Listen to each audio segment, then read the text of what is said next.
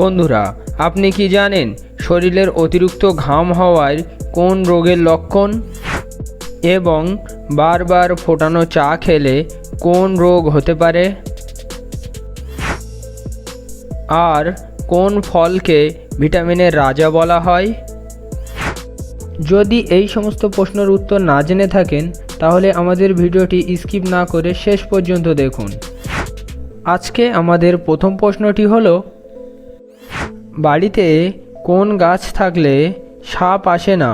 Option: মাকবোর্ড, dahlia, কামিনী, নাকি কোনোটাই নয়?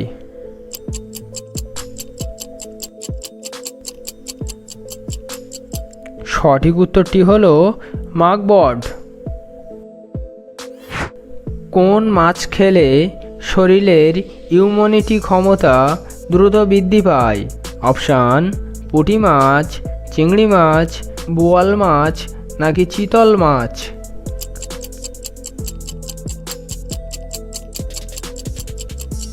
সঠিক উত্তরটি হলো পুঁটি মাছ। কোন মশলা পেট ঠান্ডা রাখতে দারুণ উপকারী? অপশান: আদা, হলুদ, মেথি, লবণ।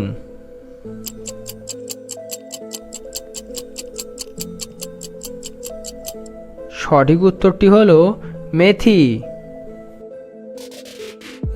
কোন দেশে সবচেয়ে বেশি বৃদ্ধ মানুষ আছে? অপশান: জাপান, ভারত, চীন, নাকি রাশিয়ায়?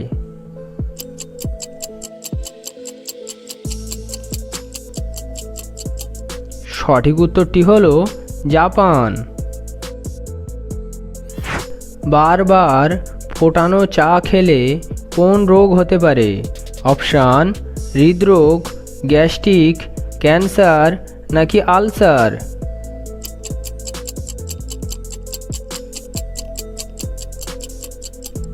সঠিক উত্তরটি হলো ক্যান্সার। কোন মশলা খেলে ব্লাডে সুগার নিয়ন্ত্রণ থাকে? অপশান: দারুচিনি, লবঙ্গ, হলুদ, নাকি এলাচ?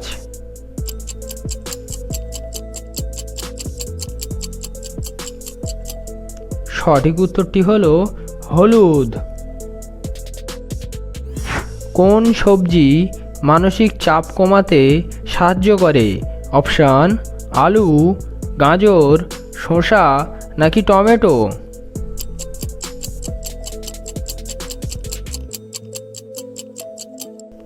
সঠিক উত্তরটি হলো গাজর।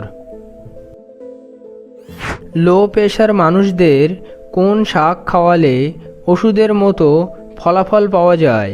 অপশান: কুলপি শাক, কলমি শাক, হেলঞ্চ শাক, নাকি বয়থুন শাক?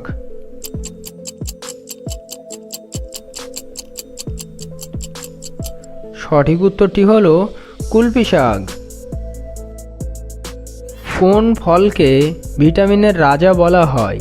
অপশান: আম, আপেল, কমলালেবু, নাকি নাশপাতি?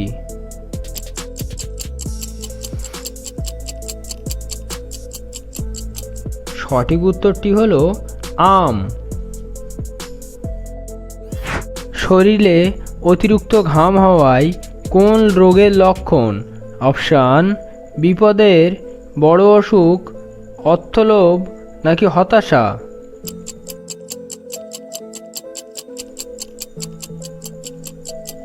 সঠিক উত্তরটি হলো বড় অসুখ।